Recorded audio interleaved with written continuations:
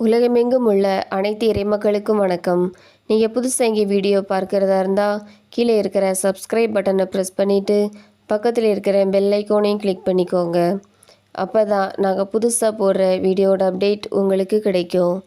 வாங்க இப்போ வீடியோக்குள்ளே போகலாம். பொதுக்காலம் 20ஆம் ஞாயிறு 16/8/2026. திருப்பலி முன்னுரை. இறையேசுவில் இனியவர்களே, இன்று தாய் திரு அவையானது பொதுக்காலம் 20ஆம் ஞாயிறை சிறப்பித்து கொண்டிருக்கிறது. இன்றைய நாள் வாசகங்கள் நாம் இறை நம்பிக்கையோடு வாழும்போது நாம் இறைவனின் உடனிருப்பை உணர்ந்து கொள்ள முடியும் என்று கூறுகிறது.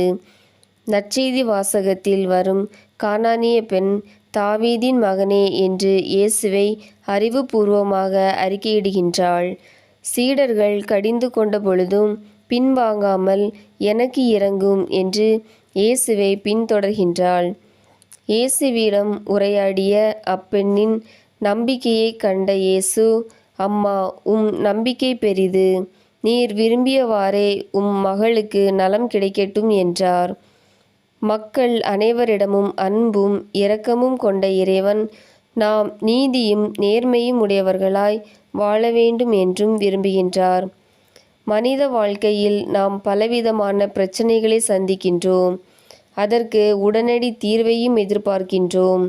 நமது மன்றாட்டுகள் கேட்கப்படவில்லை என்று வருத்தப்படாமல் கடவுள் நமக்கு நன்மையே செய்வார் என பொறுமையுடன் காத்திருப்போம். இறையன்பில் வாழ்வோம். இறையாசீர் பெறுவோம். முதல் வாசகம் இறைவாக்கினர் எசாயா நூலிலிருந்து வாசகம். அதிகாரம் 56, இறைவார்த்தைகள் 1 மேலும் 6 முதல் 7 முடிய. முதல் வாசக முன்னுரை. ஓய்வு நாளை கடைபிடித்து நீதி நேர்மையோடு வாழும் பிற இனத்து மக்களையும் நான் என் திருமலைக்கு அழைத்து வருவேன். இறைவேண்டல் செய்யும் என் இல்லத்தில் திருப்பணி செய்வதற்கும் என் ஊழியராய் இருப்பதற்கும் அவர்களை தகுதி உடையவர்களாக்குவேன். அவர்களும் மகிழ்ச்சி கொள்வார்கள். அவர்கள் படைக்கு எரிபலிகளையும் ஏற்றுக்கொள்வேன் என்கிறார் ஆண்டவர். அனைத்து மக்களையும் ஆண்டவர் அன்பு செய்து வாழ்வித்து காக்கின்றார் என்று கூறும் எசாயா நூலின் வாசகத்தை கேட்போம். இரண்டாம் வாசகம் திருத்தூதர் பவுல் ரோமையருக்கு எழுதிய திருமுகத்திலிருந்து வாசகம். அதிகாரம் 11, இறைவார்த்தைகள் 13 முதல் 15 மேலும் 29 முதல் 32 முடிய.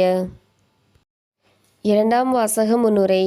ரோமையர் திருமுகத்தில் புனித பவுலடியார் கூறுவதாவது: ஒரு காலத்தில் கடவுளுக்கு கீழ்ப்படியாமல் வாழ்ந்த பிற இனத்து மக்களாகிய நீங்கள் இப்பொழுது மனமாற்றம் பெற்று கடவுளின் இரக்கத்தையும் அன்பையும் பெற்று கொண்டிருக்கின்றீர்கள். எனவே நான் மகிழ்ச்சி கொள்கிறேன். கடவுளால் தேர்ந்தெடுக்கப்பட்ட இஸ்ராயேல் மக்கள் இப்பொழுது கடவுளின் கட்டளைகளுக்கு கீழ்ப்படியாமல் வாழ்கின்றார்கள். அவர்களும் மனமாறி கடவுளின் இரக்கத்தை பெற வேண்டும். ஏனெனில் கடவுள் அனைத்து மக்கள் மீதும் அன்பும் இரக்கமும் கொண்டிருக்கின்றார் என்கிறார். வாசகத்தை கேட்டு வாழ்வாக்குவோம். நற்செய்திக்கு முன் வாழ்த்தொலி. அல்லேலூயா, அல்லேலூயா. இயேசு விண்ணரசு பற்றிய நற்செய்தியை பறைசாற்றினார். மக்களிடையே இருந்த நோய் நொடிகள் அனைத்தையும் குணமாக்கினார். அல்லேலூயா. நற்செய்தி வாசகம். மத்தேயு எழுதிய தூய நற்செய்தியிலிருந்து வாசகம். அதிகாரம் 15, இறைவார்த்தைகள் 21 முதல் 28 முடிய. விசுவாசிகள் மன்றாட்டு. திரு அவையை வழிநடத்தும் அன்பு இறைவா, எங்கள் திருத்தந்தை, ஆயர்கள், அருட்பணியாளர்கள், அருட்சகோதரிகள், துறவிகள் அனைவர் மீதும் உமது ஆசீரை பொழிந்தருளும். அவர்கள் இறையரசின் நல் பணியாளர்களாகவும் நல் வழிகாட்டிகளாகவும் விளங்கிட வேண்டுமென்று இறையழைத்தல் பெருகிட வேண்டுமென்றும் இறைவா உம்மை மன்றாடுகிறோம்.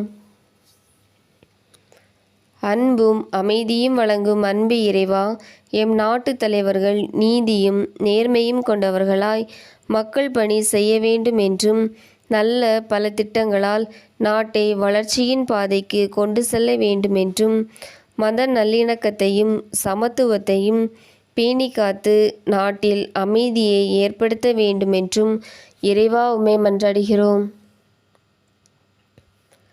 கருணையும் அன்பும் நிறைந்த அன்பு இறைவா, நாங்கள் கடவுளையும் சக மனிதரையும் அன்பு செய்து வாழ வேண்டும் என்றும் நீதியும் நேர்மையும் கொண்டவர்களாகவும் நம்பிக்கையுடன் இறைவேண்டல் செய்பவர்களாகவும் வாழ்ந்து உமது ஆசீரையும் மன மகிழ்வையும் பெற்றுக்கொள்ள வேண்டுமென்று இறைவா உம்மை மன்றாடுகிறோம். நீ நம்பினால் கடவுளின் மாட்சியே காண்பாய் என்றுரைத்த அன்பு இறைவா, எங்களுக்கு ஏற்படும் துன்பத் துயரங்கள், வேதனைகள், சோதனைகளில் நாங்கள் மனம் தளர்ந்து போகாமல் உம்மேல் நம்பிக்கை கொண்டு மகிழ்வான நல்வாழ்வை பெற்றிட வேண்டுமென்று இறைவா உம்மை மன்றாடுகிறோம். வாழ்வு வழங்கும் அன்பு இறைவா, எங்கள் குடும்ப உறுப்பினர்கள் ஒருவரை ஒருவர் அன்பு செய்து வாழ வேண்டும் என்றும் கொடிய நோய்கள் தாக்காமல் நல்ல உடல் நலத்தை தந்திட வேண்டுமென்றும் எங்கள் தொழில் முயற்சிகளை ஆசீர்வதிக்க வேண்டுமென்றும் இறைவா உம்மை மன்றாடுகிறோம். ஆமீன். உங்களுக்கு எங்கள் வீடியோ பிடிச்சிருந்துன்னா லைக் பண்ணுங்கள், கமெண்ட்ஸ் பண்ணுங்கள், உங்கள் உறவினர்களுக்கும் நண்பர்களுக்கும் ஷேர் பண்ணுங்கள். நன்றி.